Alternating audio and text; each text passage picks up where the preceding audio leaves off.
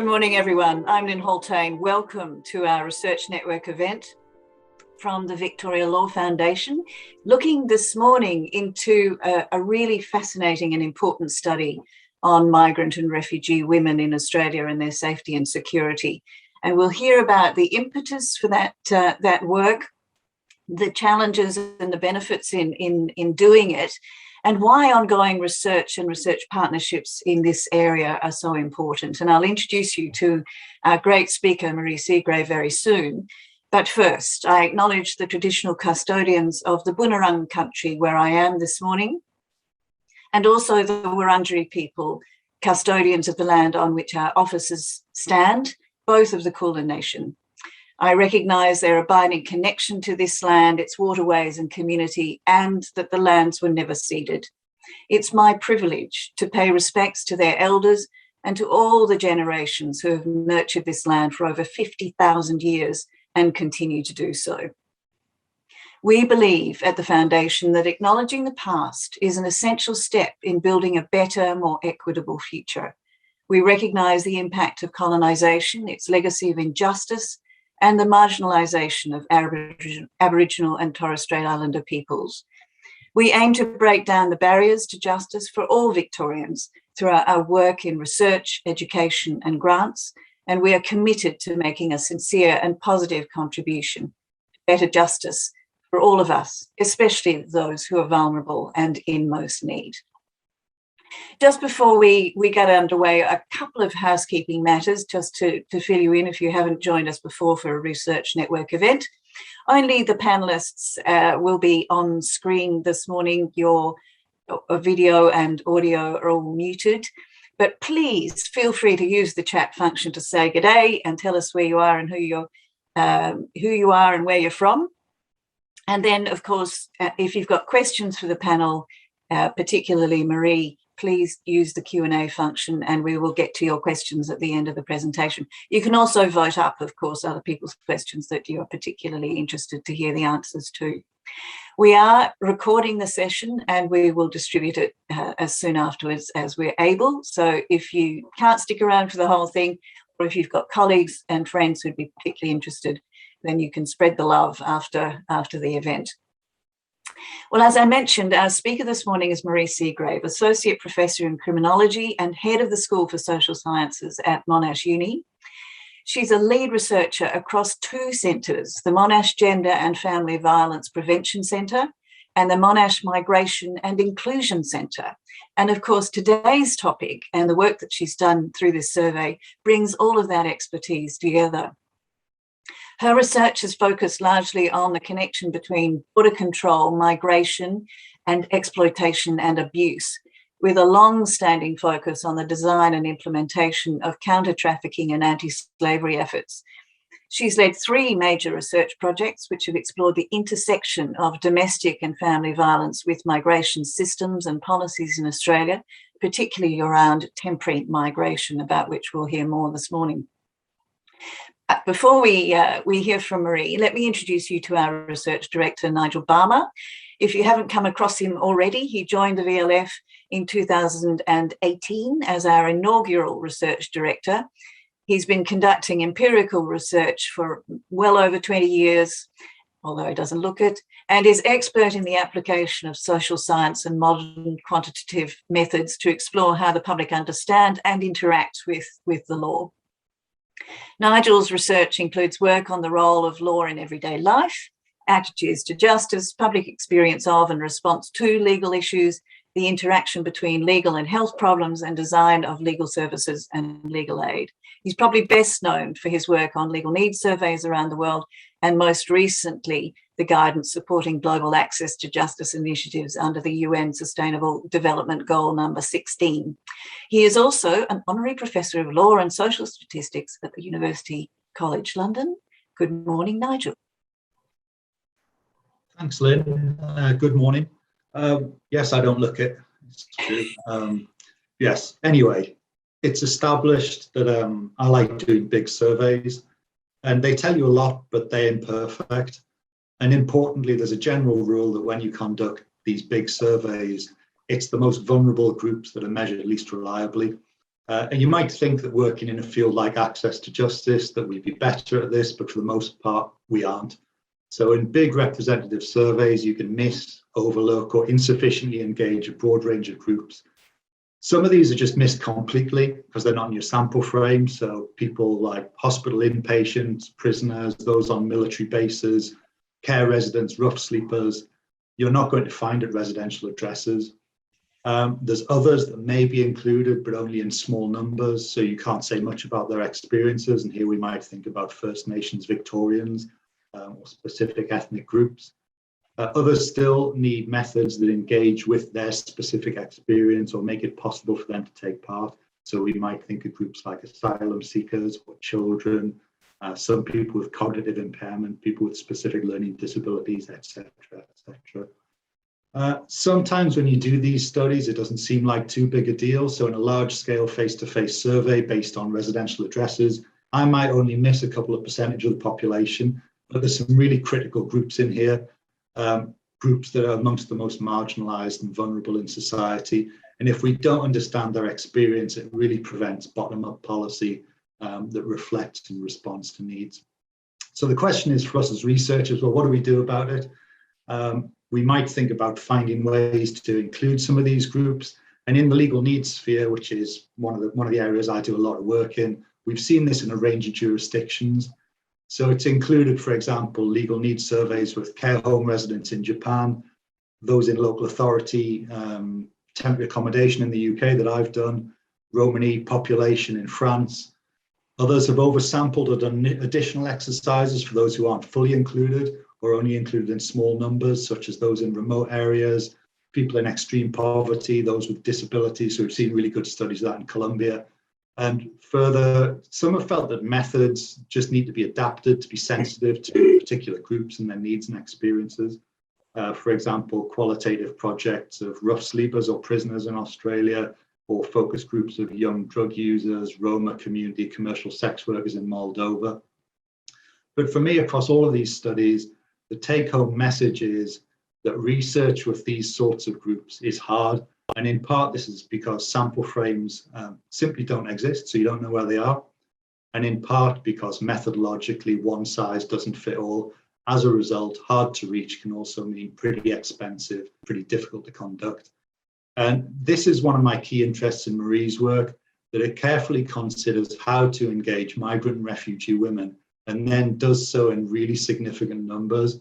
And in doing so, it adds to a body of research seeking to include, overlook, or hard to reach cohorts with a really important group. And I think there's a lot to learn methodologically from Marie's approach, which I'm sure she'll talk about a bit more. Now, of course, Marie's work is not strictly a legal need or a legal capability study, which is how you describe a lot of my work, but you could easily see it that way. So it talks about domestic and family violence, coercive control, employment problems, financial hardship, all of which we could see as justiciable problems with a legal framework around them and potential legal solutions. Moreover, trust in institutions is a core legal capability. It's one we've been trying to quantify for some time. And how people respond to problems, why they do nothing, and how policymakers, regulators, service providers might react are critical access to justice concerns. So in short, across a range of fields, we're seeing a range of people look at these types of issues through different lenses, and different lenses have different refractive indices and let us see these same old problems in different ways. And I think it's important to learn as much as we can from these new perspectives. And with that, I'm really pleased to hand over to Marie, who will tell us more. Thanks very much, Nigel and Lynn, and thanks everyone for joining us. I'd like to also begin by acknowledging that I'm also on Wurundjeri land and pay my respects to elders past and present. And also thank the Victoria Law Foundation for inviting me to speak today. As Nigel's indicated, the conversation that we had was less about the specific findings, but more about the approach that we adopted to do this work and thinking through the importance and the challenges of doing research like this survey that we undertook last year. So I'm going to briefly speak and share my screen, share a brief slideshow to give you a sense of the work for those of you who aren't acquainted with it. And I will have be able to share with you the report, the technical report, which I know Nigel at least has read, which details the methodological approach, and also other related data that and work that we've been doing in this space. So please rest assured that we'll be able to provide those details to you all, whether you're listening to the recording or with us now. So what I wanted to do to begin with was just walk through the survey itself and give you a sense of the main findings, and then we'll talk further with Nigel and Lynn about those sort of background issues and how we came to do this. But I wanted to begin by acknowledging that I'm one of a team in undertaking this work. My main co-author and designer of the studies, Rebecca Wicks, and Rebecca Wicks and I both come from very different perspectives and backgrounds in relation to our research and our areas of expertise methodologically, but also conceptually in terms of the kinds of work that we do. But this was kind of a sweet meeting point to bring our expertise together.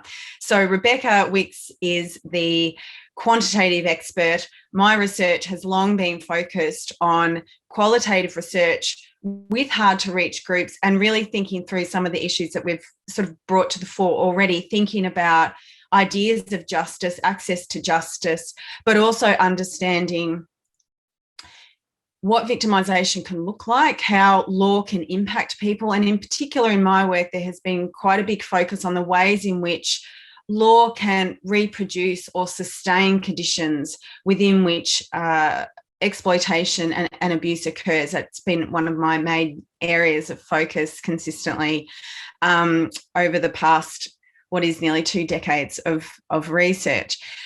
So this survey came about through a collaboration, and I can speak more about that, but as you can see, it's a collaboration with Harmony Alliance, who's one of the national women's alliances, and Harmony Alliance, the Migrant and Refugee Women for Change, is a membership-based alliance, and their remit is broad.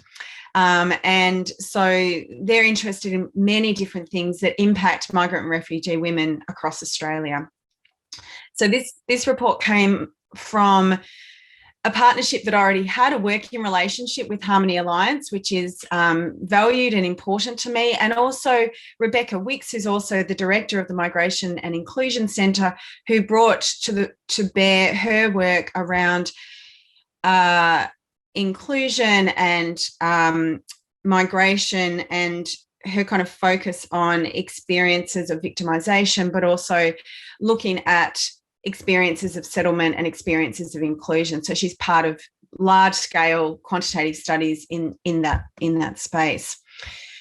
So the study came about based on that, and one of the things we decided to focus on early in the piece was to have a major focus and dedicate a lot of the survey to domestic and family violence. So when I go through briefly some of the findings, you'll see that this is where we have some of the critical kind of information that's really important at this particular moment in Australia. I think it's critical to have this information, but also some really detailed analysis here.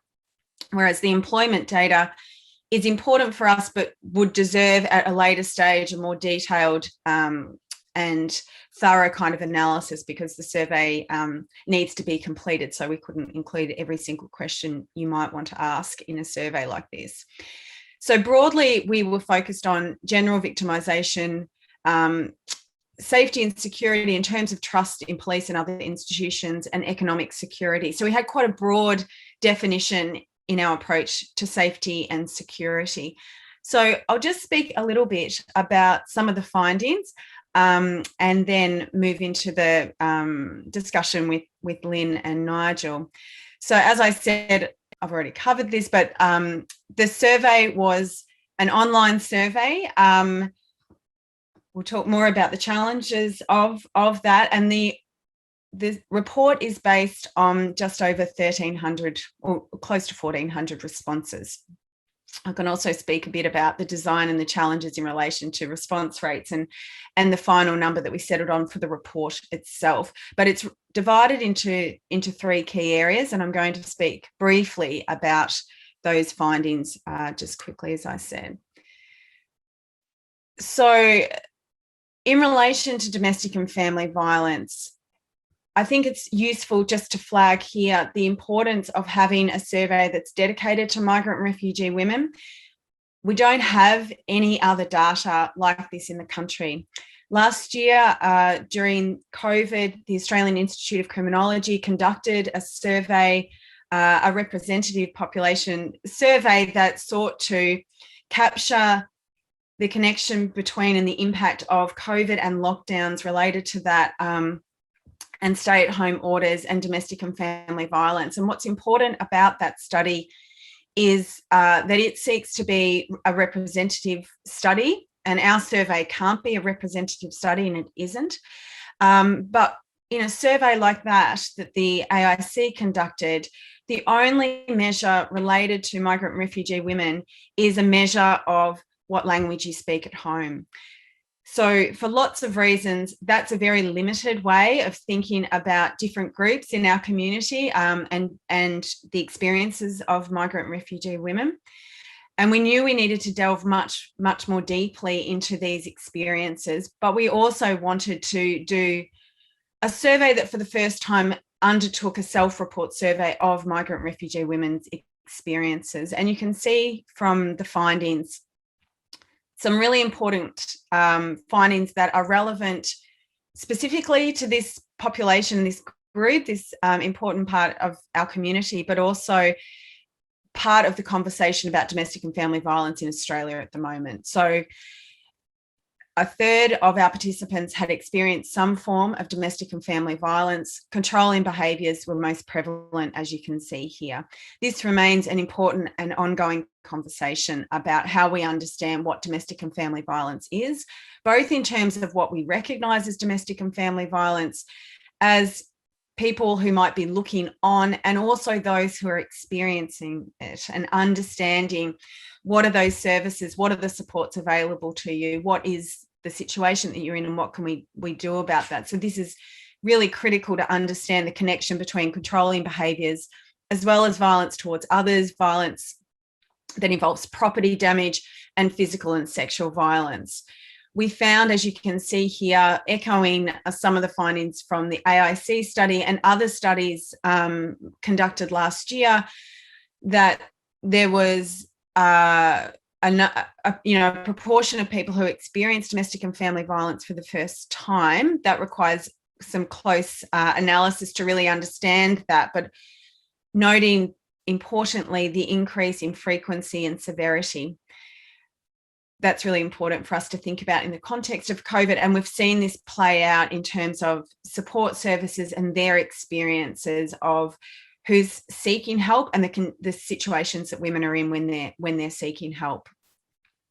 Recognising also, as noted later on the slide, that not everybody seeks help, and that's really critical for us to delve into.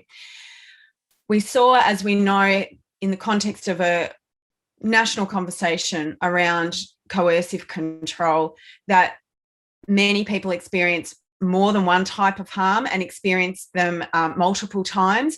This wasn't a survey focused on trying to establish coercive control because of the complexities around the definition and how we might look at that, but it's important to note just the consistency of this experience, that this pattern of coercion and control. We were particularly interested, and I was particularly interested to think specifically about temporary visa holders. And in this study, for the first time, we asked very specific questions about controlling behaviours related to migration-related abuse and threats. And I can talk more about the impetus for that. But this is the first survey to ask those specific questions. And what we found was that temporary visa holders consistently had higher levels domestic and family violence, but very much higher levels of controlling behaviours. And this is partly because we ask those specific questions about migration-related abuse and threats. And I can talk more about that later. I think it's also important to note the ongoing conversation around whether people tell anybody, and that in our sample, women do tend to tell somebody. Over half did tell somebody, although that indicates also that almost half didn't. But most often who people are telling would be family and friends. And in the conversation that you're having, thinking about access to justice and who people would trust and why that would be, and who would see various systems as something accessible to them, it's not generally police that people are going to around domestic and family violence. So I think that also comes back to the high levels of controlling behaviours that people are experiencing and who you would go to about that. Another important finding in the study was that our sample was largely religious, and they reported that religion was important to them in daily life, but very few people identified a religious leader as someone that they would go to in relation to their experience of domestic and family violence.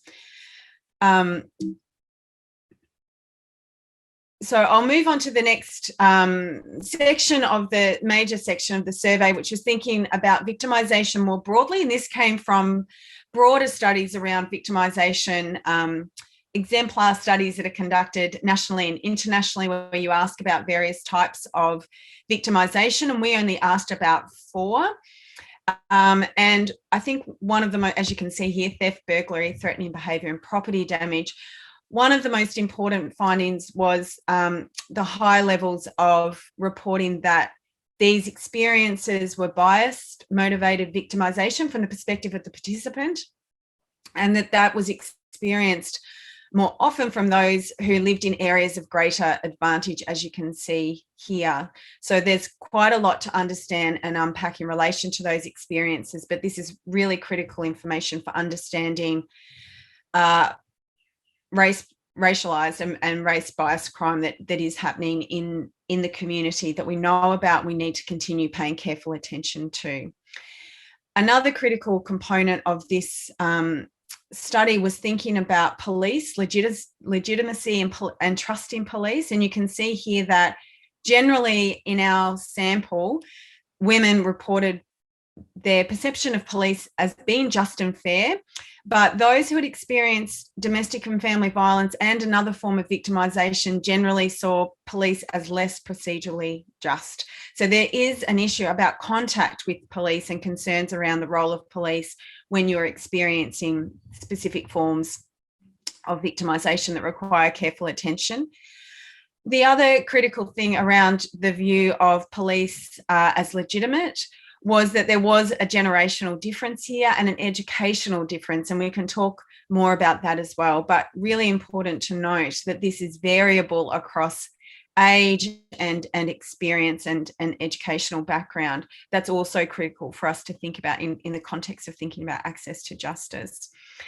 As I've noted already, more broadly, we can discuss this as well, but it was important to note, and I think in the context of COVID, in the context of lockdowns and particular concerns at the height of the pandemic in Victoria in 2020, and what we've seen play out in relation to New South Wales and Sydney in particular, is the extent to which more broadly we look to religious institutions as the key and religious leaders as key for migrant and refugee populations, and whether that translates into women's experiences of who they would trust, who they go to for information, and who they rely on in the context of help seeking. And finally, just in relation to employment, this was generally a well-educated and highly employed group of people. So I think the sample's not representative in any way, as I said, but 10% of our participants had lost their job.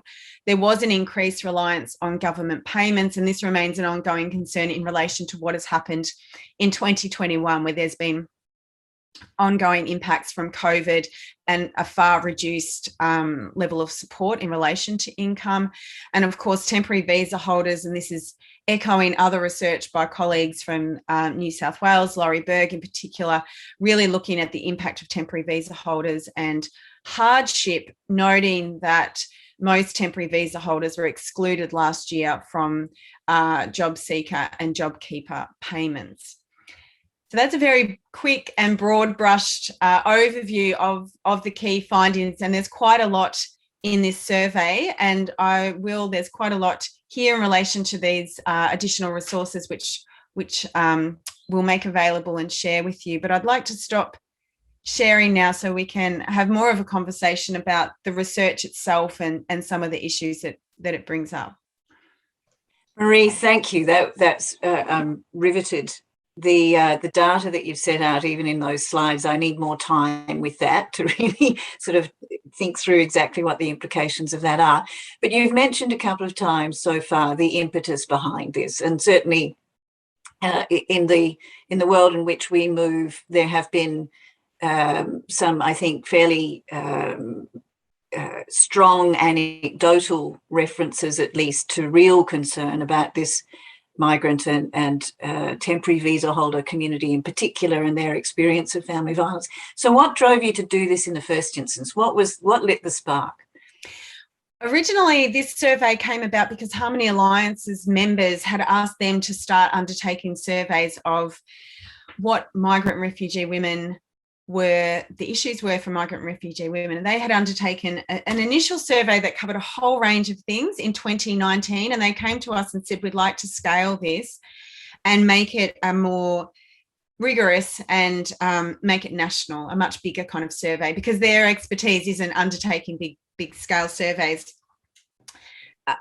So that was the original partnership, and as I said, we worked together in lots of different ways, and so this was a really wonderful opportunity. But when we came together to talk about that, because I'd been working for quite some time on the experience of temporary visa holders and domestic and family violence, and we'd been working together on that. While that's not the main or the single focus of Harmony Alliance, there had been many conversations at the policy level, at the Commonwealth level, that there was an absence of data. Now, I have worked on two major studies, one that captured the experience of 300 women, trying to say that actually we can scale this work, and we know this is a major issue. We know that the migration system needs careful attention. You can't deal with this at the state level. So part of our impetus was to say we should undertake a self-report study, because this is a gold standard way to understand what women are experiencing, not just relying on service data. So it's really critical to take that data, take that survey out to ask women, but also because we know that only a proportion of women seek service support anyway. And in my work more broadly, I've worked with unlawful people working who are unlawfully in the country, who do not seek any support or service, who have every reason not to trust anybody, and who avoid any kind of interaction with any kind of formal service. So I knew that we know that there are many reasons why people don't access support, or wouldn't tell anybody, and that we knew that plays out for people who hold precarious visa status. So we wanted to capture that data for the first time and start that conversation and have the evidence to inform policy. And this was happening at the time. Now we're having the conversation about the next national plan, so a 10-year plan to address violence against women. And we wanted that to be evidence-led, not based on assumptions about what women needed, but to have that evidence there. I think it's also important to ensure that in that context that we're understanding both the specificity of women's experiences, but also the continuity. So when we look at the levels of domestic and family violence, this is a national problem. And the way it plays out and the way we might work with migrant and refugee women and then break that down into different groups of women, of course, that's such a huge group, and not everyone even identifies with that as a label, which we can talk about, but it was really critical to have this data so people could take it and then use it for advocacy and to inform the work that they were doing. So that was critical. But also, of course, the survey changed. We met in February last year to plan this survey, and then COVID happened. So the survey also naturally took a turn of saying we also should capture where we can the impact of COVID. And so that's how we sought to really capture the impact of COVID on domestic and family violence, but also employment, to look at what was happening in relation to security more broadly. And that also came because for temporary visa holders, we knew that in my other work on temporary visa holders and domestic and family violence, the impact of total precariousness around the financial situation for women was creating further harm in the context of domestic and family violence. So all of those things were quite critical. And the questions about police and trust and legitimacy are really critical and have proven really critical, I think, in the conversation around COVID and the management of COVID. We consistently see, I think, challenges in assumptions, both about who the messenger should be for different communities, but also a very simplistic reliance on translation that, and approaches to translation and delays, frankly, in translation, and not thinking about different generations of women, different experiences and different levels of English language proficiency, but also different access to technology. So all of those things were really critical. So much in that, but I know that that Nigel is particularly interested in looking further at the implementation challenges and the meteorite that is COVID in designing and implementing any of this kind of survey work. Nigel, do you want to pick it up from here? Yeah, sure. So as Marie rightly pointed out, what drew me to this work was really a comprehensive technical report. I think you should be congratulated, firstly, for producing one, and also for it being very transparent about what you did. And I was wondering if you could just talk a little bit more about design and implementation. I mean, you mentioned that the study is not representative, but it does capture a lot of people. So I'm interested in issues to do with reach and coverage, whether you've got a handle on whether there were groups that your sample and your methods engaged with well or engaged with less well. And also what role COVID played, not just in the questions you asked, but also in how you did this work, how you implemented it. Yes, it's there's a lot to think about. The first thing to say is that a true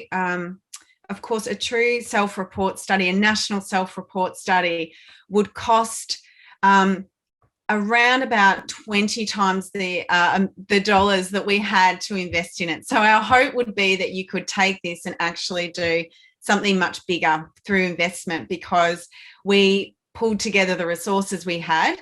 But of course, to do this well, we would need to move beyond relying on sharing an online survey to begin with. So that's the first critical component of the challenge of the survey like this. So the design itself was utilized existing surveys so we could tap into, compare the data and do all of that. And we detail where we've taken things.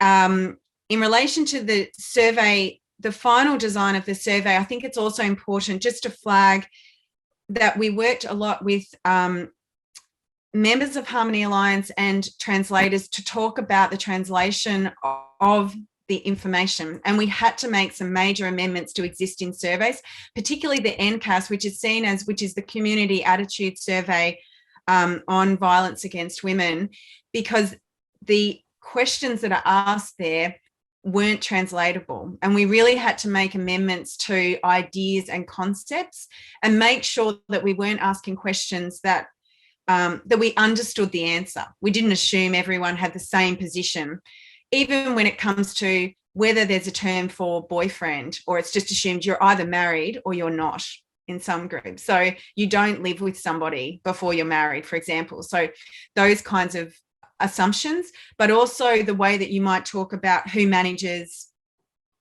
your finances. We might think it's you might have a Western kind of view, or a view where you talk about financial abuse as being somebody else controls it, but you have to be very careful about the articulation of that, because for some women that is appropriate, that your husband does control it and that you have no, so we need to be really careful, and we were very mindful. So we've had to adapt as we went on in relation to that. So the survey reflects all of that kind of the development of that, and we share our survey in the technical report so people can reproduce that and use it if they wish in further research. But the impact of COVID was that it limited, we knew it would limit how many people would simply have the time. It meant that we kept the survey open for quite an unusually long period of time, really, for a survey like this.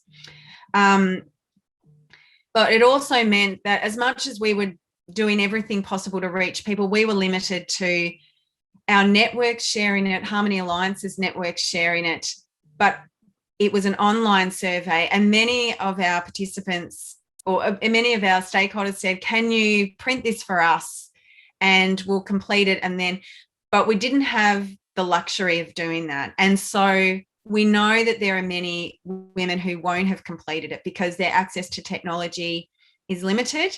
Their access to technology in privacy to complete a survey like this is also limited. So you would drop out of a survey as soon as you start asking questions about violence if you have no privacy in completing these questions. And the issues around that were complicated to navigate, and we had to be very careful about how much we flagged that those questions were going to be asked, but also we didn't want to lose people from the survey. So we had to try to manage that. And I know that there's always different views on how you might manage that. So the survey itself was limited. So we were reliant on who it could reach and who could complete it. And I think it is reflected in the final sample that it's a highly educated group. Most women are employed, so it's a particular group of women. And as I said, because my work has generally been qualitative research with people who would never complete a survey like this, I'm very aware of the many people who won't have completed it. And that's, our survey was people who are in generally higher socioeconomic positions, who are employed and who are highly educated, but not everybody, but that's important to note. And I think just one other thing to say is that our reach looked much better, but for a survey like this, I think we had over 2,500 people undertake the survey, but there was quite a large proportion, over 1,000, where we didn't know whether they were citizens of Australia, when they had come, anything about their migration status or those particular details. And we had to make the hard decision of not including those responses because it would limit what we actually know. And I think that's really important. So it would feel much better to say 2,500 people completed it and we kept all of that. But we couldn't say with certainty something about temporary visa holders as a proportion of the group, for example, because we didn't know who that group was anymore. So all of those things were really critical. And I think the final thing to say that we learned in this process was thinking about the language of migrant and refugee women and who identifies in that way, because this was a survey open to women who were who identified that way. You could be a third generation Australian or a recently arrived, a temporary visa holder, an international student. And one of the things we talked about with Harmony Alliance and with their members is thinking about how we talk about a group in this way, because not everyone necessarily identifies this as a survey for them. Just briefly before we move on to the other questions, well, firstly, I'd say that like all good researchers, it seems like you're setting yourself up for more research, so that's good. But moving ahead, what do you see? What are you going to do with the data? So where do you see it? How might it feed into policy? And yeah, also where next? So what else do you think you need to know? And thinking about these groups that you're saying you don't think you managed to reach, are you thinking of trying to do that? And is a survey going to be the right way to do it? Or are you going to fall back to something different? I think in terms of where to take those in turn, I think in terms of how it's utilised, some of that is, I mean, we're sharing the data with whoever would like to listen, and of course, making it as available to people making decisions at the moment as possible, but also it's making it available to everybody who's here and everybody who needs this data to help support the work that they're doing. So I think I would hope that it has a life beyond what we can see also is possible with it, because on the one hand, part of the impetus, as I said, in the context of domestic and family violence, is making sure that the next national plan is built on evidence like this, that says we can't simply say that migrant refugee women experience complex forms of violence and we sit them over in this group. That's it's not acceptable, in the same way that I think at the moment the efforts around recognising temporary visa holders has very much focused on what I would say are quite band-aid measures rather than thinking about the migration system. This research holds up the fact that the migration system is a part of domestic and family violence, and I would like to see that conversation continued. And that has been a difficult conversation to have. And the measures that have been implemented to support temporary visa holders, which have been hard fought for by many people across the country over a number of years. I've had the privilege of being on a national action group, but I acknowledge that many people have been working in this space for a very long time to have this recognised. And it's all of that advocacy. And this research helps that along to say, yes, this is a critical issue. But what we're seeing in that space is not actually a recognition of how systems contribute to violence and harm, and that we need to address the system. So I would hope that those kinds of conversations continue. But I think it also filters down into what police are thinking they're doing and how they're going about their work in relation to broadly policy and thinking about how do we reach young people in different ways, how do we understand different experiences. It's really critical to have data like this that reaffirms the importance of not suggesting that a group of people in a particular suburb all are going to go to the same person for advice, or trust religious leaders and do what they say, or go to them if there's a problem. So that kind of information is far beyond just policy making, but thinking through strategy. So I would hope that it's taken up in that way.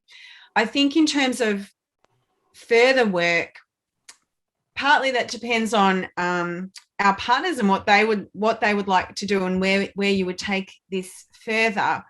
But I think what it really highlights is the importance of thinking about self-report data that looks beyond one marker as an indicator of so-called difference. You know, if I think about the work of colleagues who are leading advocates and researchers, for example, for women who live with disability, you know, we need to think with great care about what living with disability looks like and the diversity across that. We need to understand that rather than having one measure of do you live with a disability or not, and then decide these are the issues for women living with disability, for example.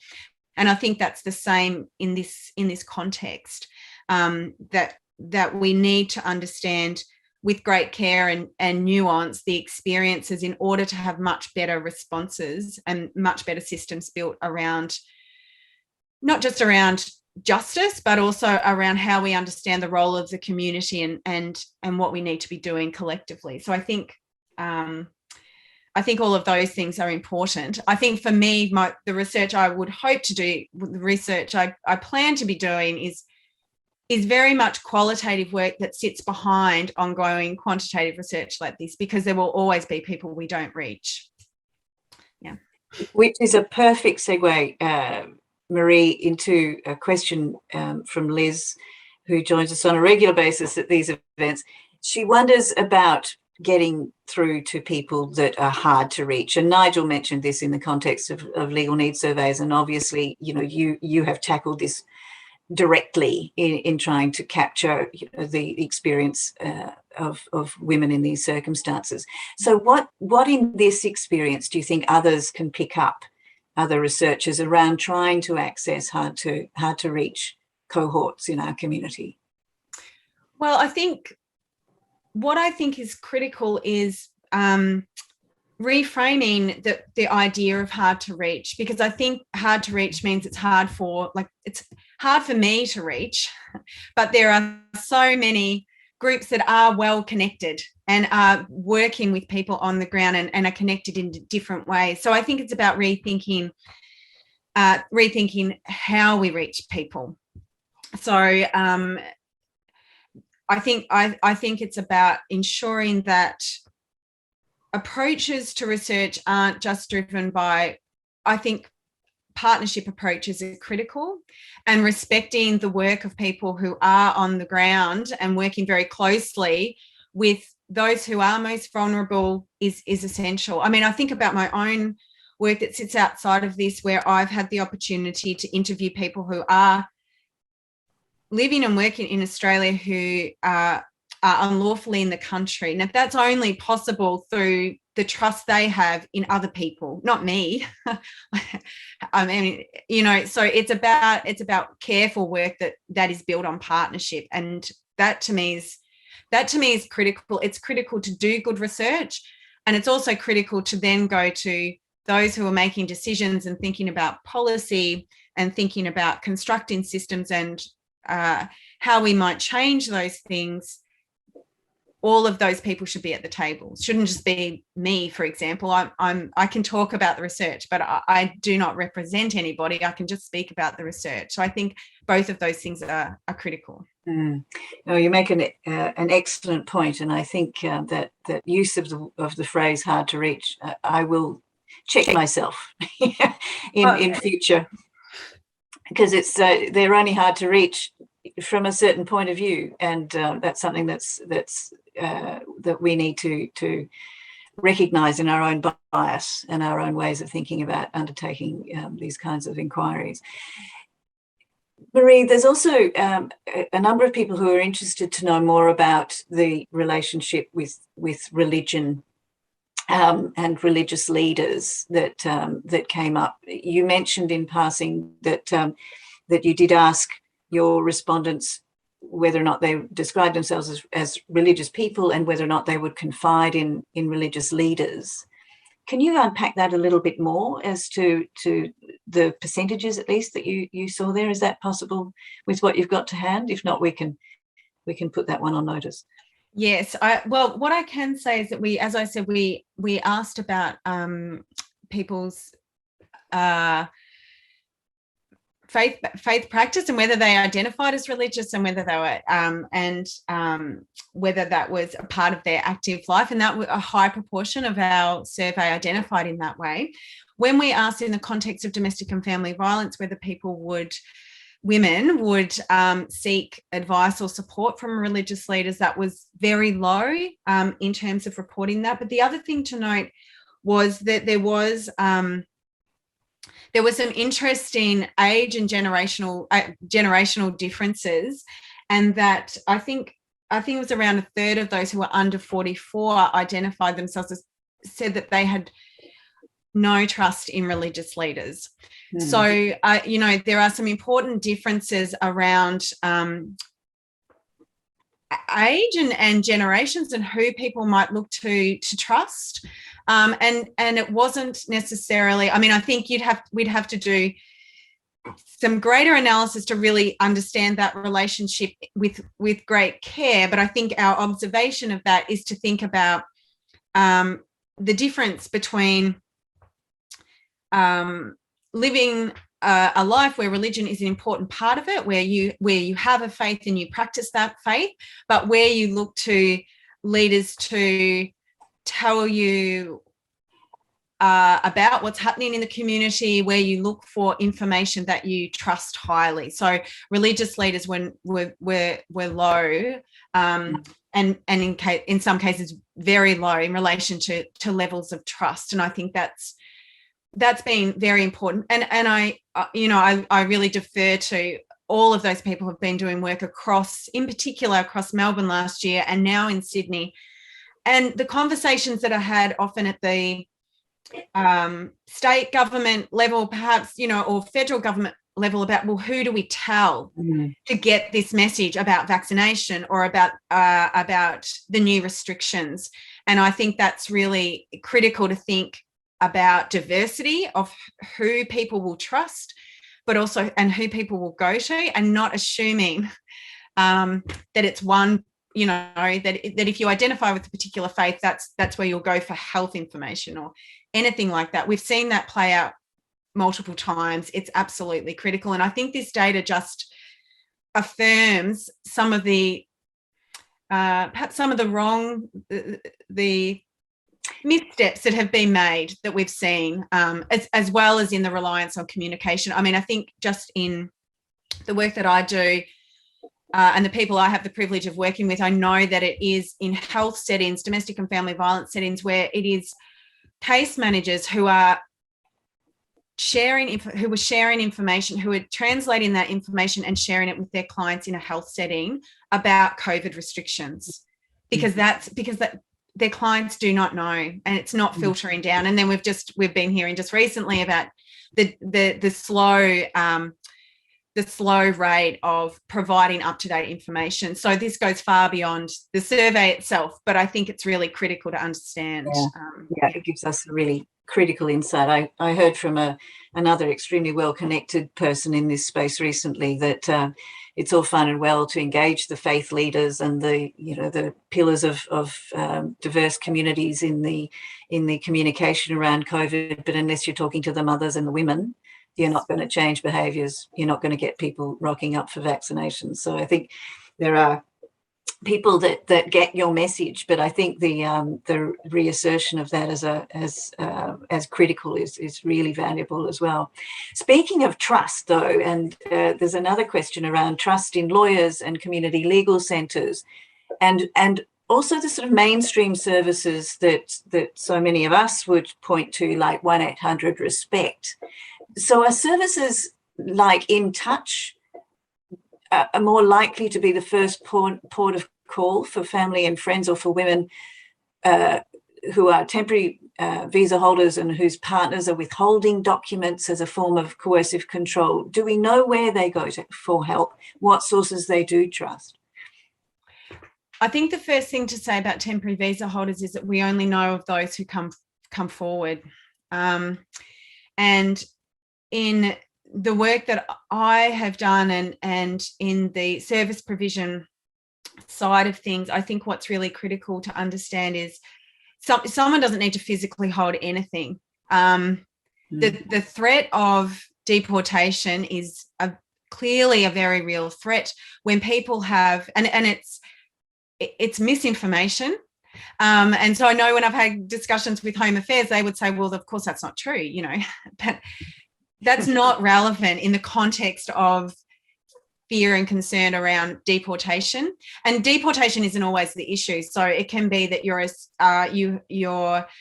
hold a student visa and there's other threats related to that. You may have children to an Australian citizen, and the threat of you losing custody, it's not the legal complexity there is significant. So there's no guarantee that you can stay, of course. And in the context of Australia's view of this, there's absolutely no guarantee that you could stay if you have an Australian citizen child. We've seen that play out in various settings, that, the use of the term anchor baby, it really, I think, highlights where that's seen from a Commonwealth level. But in relation to where support is accessed and who people might trust, I think it's often going to be through services like In Touch, but how people will come to them is in various ways. And In Touch isn't a Victorian service, so it's only in Victoria that they operate to provide that service for migrant women. But it's not in relation to temporary visa holders. It's also the refugee legal service. It's also community legal centres. People come in different kinds of ways where they will eventually may seek support and come for help. So there's different ways into that system. And I think the main concern is that we know how many, there just so many temporary visa holders at any one time in the country, and a huge proportion, like nearly half of those would be women. The concern is not just those who are accessing support and the difficulty that they face in relation to their visa situation specifically, but those who don't come forward, because those who come forward are coming forward. I think what I wanted to say really was, even in our survey of temporary visa holders, not many of them are coming forward. And if I think about the work of various colleagues working in different settings, people don't come forward because they might just wait it out to try and get a permanent visa. So you just wait it out, basically, because it's more complicated. You don't know what will happen if you're on a partner visa. You may as well try and wait and get that visa and then leave. People do that. Other people are in situations where they're so concerned about what will happen to them that they just won't come forward. So for me, the concern broadly in that space is the services matter, but the services are there. My larger concern is that we don't have a message to women, which is that it doesn't matter. If you're experiencing any of these forms of violence, we will help you. And I think that's because we can't guarantee anything in relation to your migration status. So it is true that some people will have to leave because there will be no visa pathway for them. And there's no, the consequence of that also is that if you're a temporary visa holder, your access to support is already limited. So services can't help you in the same way that they can help Australian citizens and permanent residents. So they can't provide you with ongoing housing for the medium term. It's costly to do that. You can't access supports in the same way. We've got a pilot scheme running nationally that's a one-off payment of $3,000. That does not really address the situation of domestic and family violence. I mean, it's something, but we need to be careful about celebrating something that's just kind of a Band-Aid one-off measure, as opposed to understanding what we know about domestic and family violence. In particular, what we know about the risk associated with leaving and the heightened risk of fatal violence in that context. So, so I think I've wandered off the original question, but no, that's all good. Nigel, did you have anything else you wanted to pick up, or shall I just continue? You're on mute. I think just continue, Lynn. I think there's still a few outstanding ones. Yeah, there are lots of questions from people watching. So this is a really interesting question in terms of the design of survey work like that. What sorts of safety or referral information did you put with your survey? So if these issues were prompting, real concerns and revelations for people as they participated in the survey, did you give them ways through that and support services they could contact? Yes, so there's a quick exit component of the survey, of course, so you can just shut it down. We also provided information when you got to the section around domestic and family violence, information about services that could be accessed. And so both of those things were important. I think another important aspect around safety is that that there was an option, you could complete this survey in multiple languages. And I have been working with colleagues at the University of Melbourne who are developing a larger scale survey of research with international students around sexual and intimate partner violence. And I think this also has played out in relation to their work, that it can enable greater safety when you get to choose what language you complete a survey in.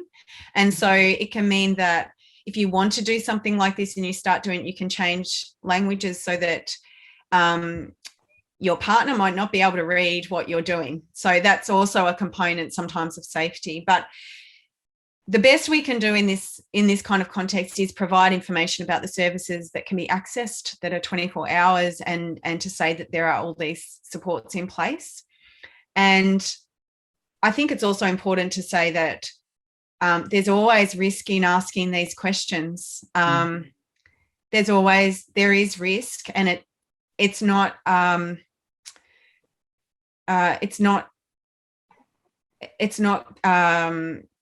ignored or dealt with flippantly. The risk of asking people about these questions and knowing that some of the people who are completing a survey like this are in very risky situations at the time. But I think also, as we continue to have a national conversation about the level of domestic and family violence and just male violence against women in our community, that we need to know this as well, because the better we have, the better the data is, the better we can really inform what we're doing. So both of those things are important, and I think they're always fraught. Yes. And it's much harder than when you're able to speak with someone and manage that.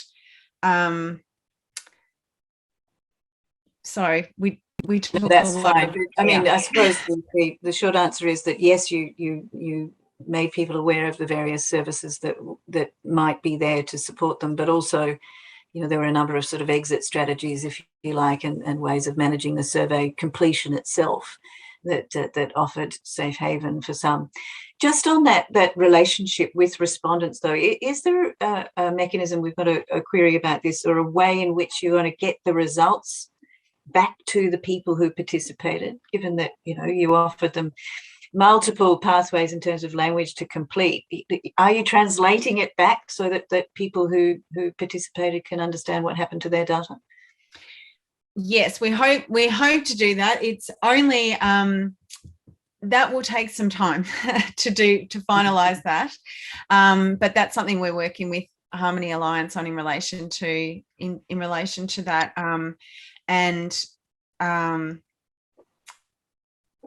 yes, that's really critical. It's also a challenge in terms of surveys that you can't go back and share it with people individually because of how they've completed the survey, of course. But those things are really important. And for the most part, what's critical to us in that context, also sharing it with everyone who supported the survey, all of our stakeholders who are part of that, which is a huge national group of people, and making sure that they have it too, so they can see it and use it in whatever way is useful to them. Absolutely. Really an interesting question, which I possibly wasn't as aware of as I should be, that there are family violence provisions in the legislation around temporary partner visas. Yes. The question here as to whether or not you think they're sufficient, and if not, what should be done to improve them? First of all, so the thing to say about the family violence provisions is that they're only accessible to someone who's, as the person who asked the question would know, only accessible to temporary visa holders who are on a partner visa, who are on a pathway to permanency. And to access the provision, you need to be able to demonstrate that your relationship was genuine, which you would have demonstrated at the time that you accessed the partner visa, the original partner visa, and that the relationship broke down due to family violence. So both of those things have to be established. What I would say about the family violence provision is that, first of all, we don't know how well this is accessed nationally. I'm leading a project at the moment trying to establish how well this is accessed nationally, because I undertook a study a couple of years ago where I think at that time in around 40% were coming from one service in Victoria of the applications nationally, which raised huge concerns for me around what's happening across the country. And I also knew that if you didn't go to someone with expertise on the provisions and how they work, that there were significant concerns about understanding what was required in relation to meet those terms. So I know that I had migration agents, for example, contact me to say, at that time I was doing the research to say, how on earth can you demonstrate genuine relationship in the context of domestic and family violence? But you risk having the application refused, in which case you would have to then appeal. So there are significant concerns around understanding this, around the broad community of migration agents, migration lawyers and specialist services being well placed to support each other to help women access this, and for women to know that they have access to the family violence provisions. But the other thing to say about the provisions is that they're very limited just to that single group. Mm-hmm. So it's really only those on the specific partner visa who can access it. So that's a very narrow group of people who can access permanency. And I think it requires great care in terms of rethinking that at the Commonwealth level. And a number of years ago, I was part of a group who developed, the National Action Group, who developed the blueprint for reform for temporary visa holders experiencing domestic and family violence. And I would just note that is the work of many people, not of mine at all. I just have the privilege of being a part of that group. But one of the recommendations from that is the expansion of those terms. So the concern is that the provisions are very limited in scope, but also they exclude so many temporary visa holders. And just in my work, there are people who come on, they're already married, they can't come to Australia they haven't got their partner visa yet, so they come on a tourist visa. There is no pathway for you. Even though you're already married to this person who is abusive, if you have children in this country, all of these things, there's just significant precariousness attached to that, and no care or attention paid to our responsibility to women in that situation. So this goes to the comment that you made at the beginning of your presentation, which I'd love to talk to you further about how the structural dimensions of the law actually sustain the conditions under which this abuse can continue, and exploitation. That there are so many structural dimensions to this, both in terms of the way in which the legislation is cast and who has access to what kind of pathways out, but also the sorts of conditions that constrain women in these circumstances from proper employment, from educational opportunities, from the sorts of social welfare nets that they might otherwise be able to access, and reduce their capacity to actually take on any kind of fight, if you like, for want of a better word. So there are a number of ways in which the capacity of people to participate in this and to reach out and resolve their own issues is so corroded by these various restrictions around access. Absolutely, and it's not contained to domestic and family violence, of course. I mean, a lot of my work is focused on labour exploitation, and often I've worked in the weeds of cases, situations that aren't easily identified as trafficking or slavery because of the complication often of the person who's experienced exploitation. So they are seen as someone who just wants a visa, and maybe their situation is seen as not extreme, which is always an ongoing problem.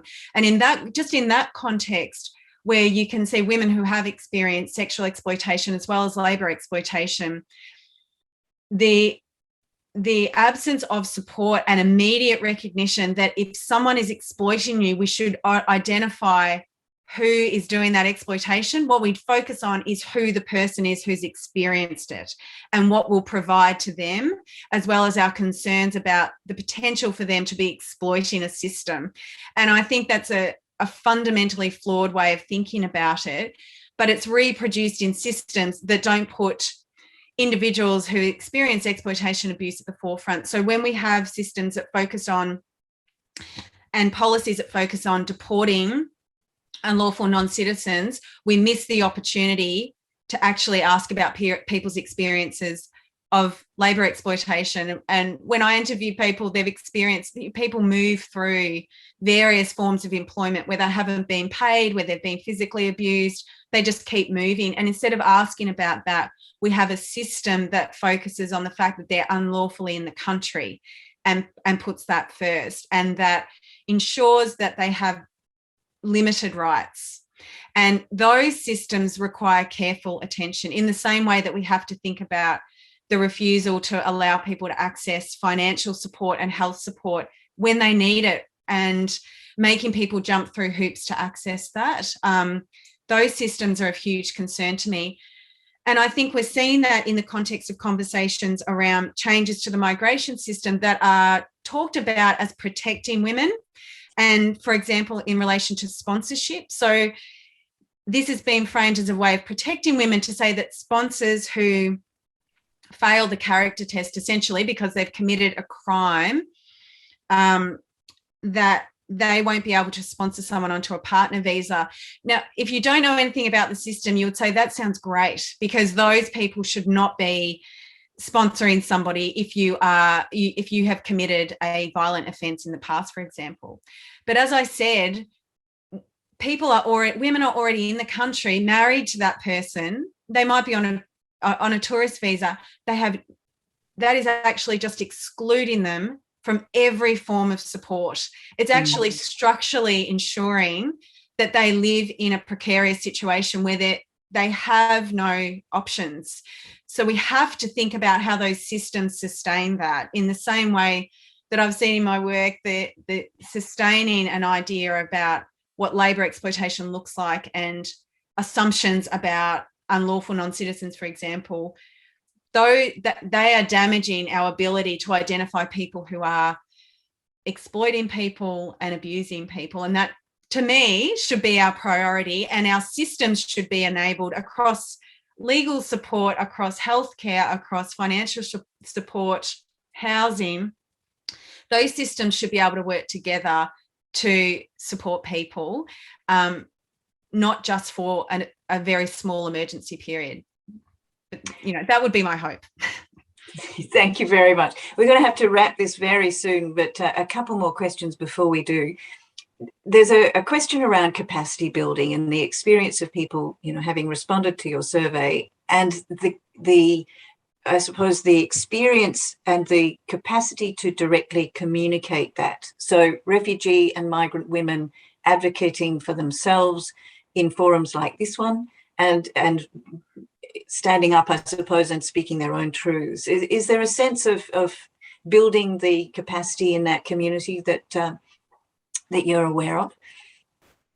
Well, absolutely. And I think that's the work of Harmony Alliance. I mean, it's my privilege to have worked with Harmony Alliance, but that is what they do. I mean, I think that one of the most amazing components of doing this work and then launching this work was that it was not through us talking about the survey itself, but through Nyadol Nguyen giving a press club address to talk about multiculturalism in Australia. And I think that's the leadership we need. I mean, this research sits behind that. It's not for me to lead these conversations. It's for Harmony Alliance and their network and all the women who are a part of that, who are leading this change. I'm just a researcher kind of saying, here's the work that sits alongside that. But I see significant and growing capacity and a generation of younger women who are doing this work, and they will lead, and we all need to. I think it's important. Of course, I'm a researcher. I think it's important to have evidence-based approaches and to have the evidence that sits underneath that. At the same time, that we absolutely, I think, are in desperate need for ambitious leadership and rethinking these things. And I think research can help be a platform for that, and to leverage the opportunity, because it's not just about women consistently saying this is a problem, like that we experience race-based abuse. It's saying, no, this research tells us this is a consistent problem. It's not just me. And I think that's critical at a time when people do stand up and are attacked. I think in the context of thinking about Nyadol or any leader of person of colour who is leading in this community at the moment in Australia, it is a difficult thing to be seen to lead, and it's critical. So, but as you say, I think, Marie, when I watch the drum or the project, or read op-eds, it is the young women who are standing up and speaking out, and their voices are brilliantly articulate and powerful, and I think the future is positive with them in the game. And as you say, the role of research is to make the bullets that can then be fired in the war, to use a hideous analogy, but it is about providing the evidence base that I think breaks down some resistance where anecdote may not, and even powerful voices may not. So congratulations on the work to you and to the Harmony Alliance, because clearly this is really important and valuable contribution to this broader discussion around all of these issues. And thank you again for joining with us today for this Research Network event. It's been great having you. Thank you to Nigel as well, and to all of you for coming to this Victoria Law Foundation Research Network quarterly activity. And don't forget, you can join us again with our next instalment. I'm not quite sure what it's about. Do you know yet, Nigel? We haven't settled on our next topic. I don't think Tennille has yet. We'll find out very shortly. Just as an aside, and Gabrielle notes this in the chat, but congratulations on your ARC Future Fellowship, which is very prestigious. Indeed, thank you. I'm sure we'll see lots more great things. Thank you. So that is a wrap for us for today. Don't forget, we will send you the recording, and please review if you haven't had a chance to watch it all today, and pass it to all your nearest and dearest for their edification as well. Stay tuned for our next Research Network event. We'll be in your email as soon as we've got thoughts on what that might be. But if you have ideas too about the sorts of issues you'd like us to look more closely at in research around law and access to justice, then please get in touch. Tennille Hagland is the person to speak to. And have a useful afternoon. Stay well. If you are in lockdown, then our thoughts and empathies are with you. We are too. If you're not, then walk around and enjoy the sunshine. And we'll stay tuned and catch up with you again later in the year. Thanks. Go well.